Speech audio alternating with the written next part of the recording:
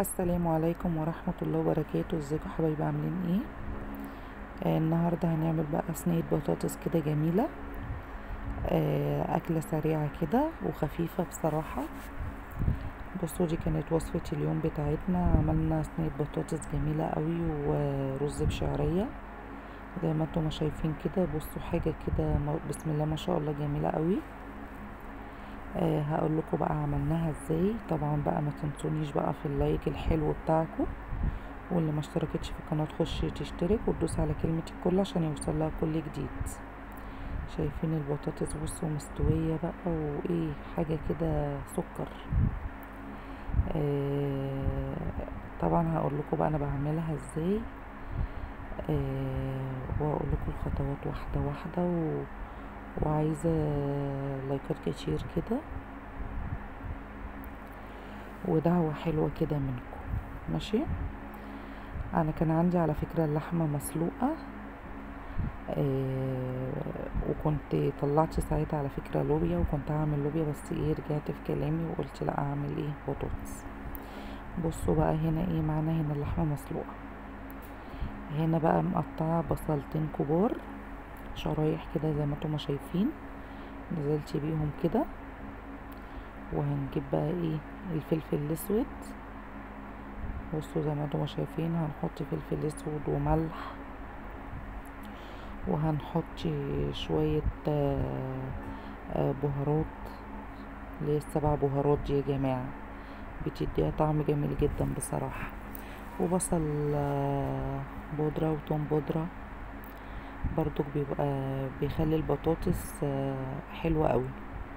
ماشي. وبعد كده هنحط بقى مكعب مرقة، وهننزل برضو بشوية ملح صغيرة، وهنفضل بقى ندعك البصل ده جامد كده زي ما انتم شايفين. بصوا عشان كمان يفك من بعضه يعني كمان. تاني حاجة بقى هننزل بالبطاطس وايه، وهنقلبها مع البصل تقليبة حلوة.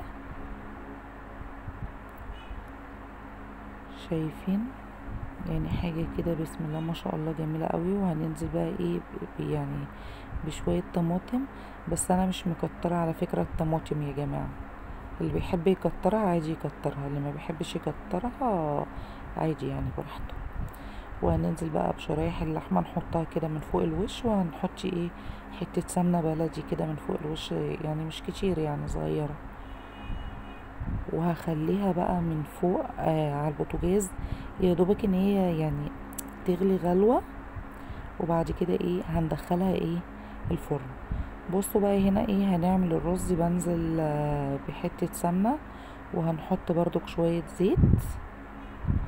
وبعد كده هنجيب بقى الشعرية ونحمرها. طبعا يعني وانتي بتحمري الشعرية تبقى ايديك فيها عشان خاطر ايه ما تطلعش ايه واحدة وواحدة او تتلسع منك او كده. بصوا فضينا بقى الشعرية، هنقعد بقى نقلب بقى نقلب لحد لما تتحمر زي ما انتم شايفين كده يا حبايبي. عايزة لايكات حلوة كده، أمارة زيكو أمرها، بدل ما اقولكوا قمر قلتلكوا قمرة وبتاع دوت، وكومنتات حلوة كده تعلقولي كده، تدعولي دعوة حلوة كده من قلبكم. دي طبعا كانت وصفة اليوم بتاعتنا، ويا رب وصفة اليوم النهاردة تعجبكم.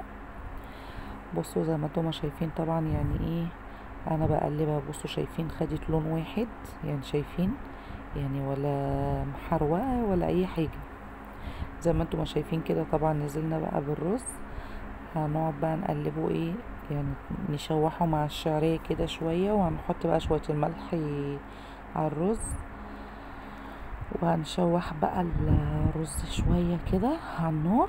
وبعد كده ايه هننزل بقى بالمية بتاعته. هتكون اللحمة غليت قصدي معلش، غليت غلوتين من فوق. وبعد كده هندخل بقى ايه الصينية الفرن تكمل ايه سويها. طبعا اللحمة كانت مسلوقة بس مش مسلوقة قوي يعني، سبتها تكمل سواها ايه مع صينية البطاطس. بس كانت بصراحة بسم الله ما شاء الله زي السكر، وكانت جميلة جدا بصراحة.